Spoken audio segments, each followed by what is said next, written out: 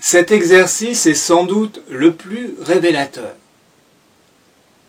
Lorsque le rayonnement d'une personne est en rapport direct, en harmonie, avec les mots et les actes d'une personne, vous pouvez alors vous dire que votre ressenti est le fruit de ces mots, de ces actes, et qu'il n'y a pas de rayonnement particulier. Il est donc vraiment très intéressant de noter, de s'apercevoir qu'à certains moments, ce que vous transmet la personne rencontrée est sensiblement différent, voire opposé à ses mots et à ses actes. Une personne peut avoir l'air enjouée et vous ressentez de la tristesse ou de la fatigue. Elle peut vous accueillir avec un grand sourire et vous ressentez de l'impatience ou de la colère. À l'inverse, elle peut avoir l'air embarrassée de vous voir et vous ressentez de la gentillesse ou de la bonté.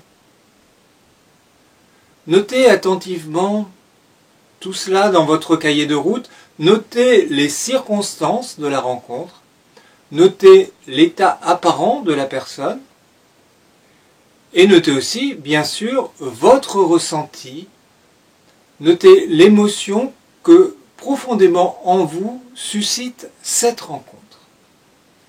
Habituellement, vous ressentez parfaitement tout cela. Mais votre attention étant focalisée sur ce que dit la personne, sur les mots qu'elle prononce, ou éventuellement sur les attitudes qu'elle adopte, comme la plupart des gens, vous occultez certainement, très souvent, cela.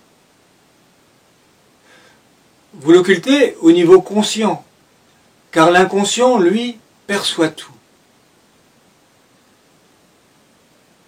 Il vous est certainement arrivé de passer un bon moment avec quelqu'un, l'ambiance était joyeuse, sympathique, vous vous amusiez vraiment beaucoup, et pourtant, juste après avoir quitté cette personne, vous ne vous êtes pas senti très bien.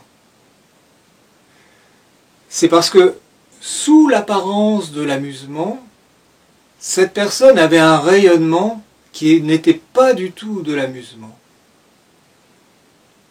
Peut-être que derrière la façade de l'amusement, elle avait des problèmes personnels dont elle ne souhaitait pas parler, et pourtant ces problèmes étaient là.